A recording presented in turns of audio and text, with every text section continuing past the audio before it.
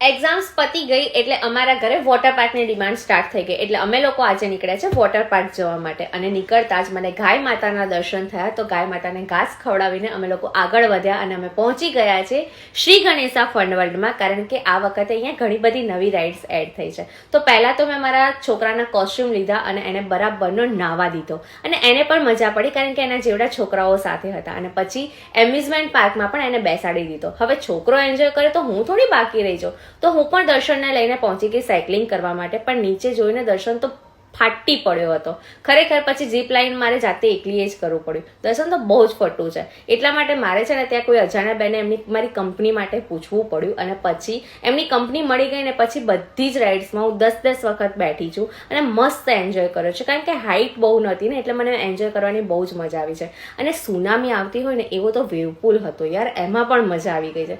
હવે રેન ડાન્સમાં જઈને થોડા ઠુમકા બુમકા મારી લીધા ને પછી લાસ્ટમાં આરામ કરવા માટે લેઝી રિવરમાં પણ ગઈ. પણ ભૂખ તો લાગે ને યાર. પછી જમવાનું સરસ મજાનું હતું તો જમવા માટે ગઈ તો ત્યાં જોયું તો દર્શન સિંહની જેમ નસકોરા બોલાવીને સૂતો તો બોલો. વોટર પાર્કમાં કોણ સૂવે યાર, સાવ ફટ્ટું છે આ. પણ તમને સાચું કહું, આ બધું જ મેં ફક્ત 700 રૂપિયામાં જ એન્જોય કર્યું છે.